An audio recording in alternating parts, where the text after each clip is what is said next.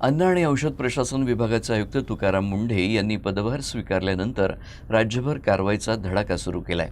मात्र दुसरीकडे विभागातील मोठ्या प्रमाणावर रिक्त असलेल्या पदांमुळे अंमलबजावणीवर परिणाम होत असल्याचं वास्तव समोर आलंय।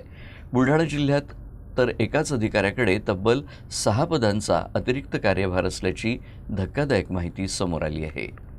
अन्न व औषध प्रशासन विभाग राज्यभर भेसळ, निकृष्ट दर्जाची औषधं आणि नियमभंग करणाऱ्यांविरोधात कारवाई करत असला तरी देखील विभागातील मनुष्यबळाची कमतरता मोठी अडचण ठरते।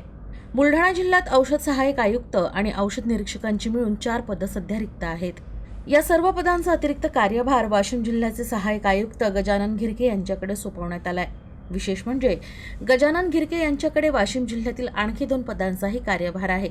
यामुळे गेल्या जवळपास 2 वर्षांपासून एकाच अधिकाऱ्याकडे तब्बल 6 पदांची जबाबदारी आहे। एकीकडे आयुक्त तुकाराम मुंढे यांच्या नेतृत्वात विभाग कारवाईचा वेग वाढवत आहे, तर दुसरीकडे मात्र रिक्त पदांमुळे तपास, निरीक्षण आणि अंमलबजावणीसाठी आवश्यक मनुष्यबळ अपुरं पडत आहे। यामुळे कारवाईची प्रभावी अंमलबजावणी आणि जनतेच्या आरोग्याशी संबंधित कामांवरही ताण वाढत असल्याची चर्चा आहे।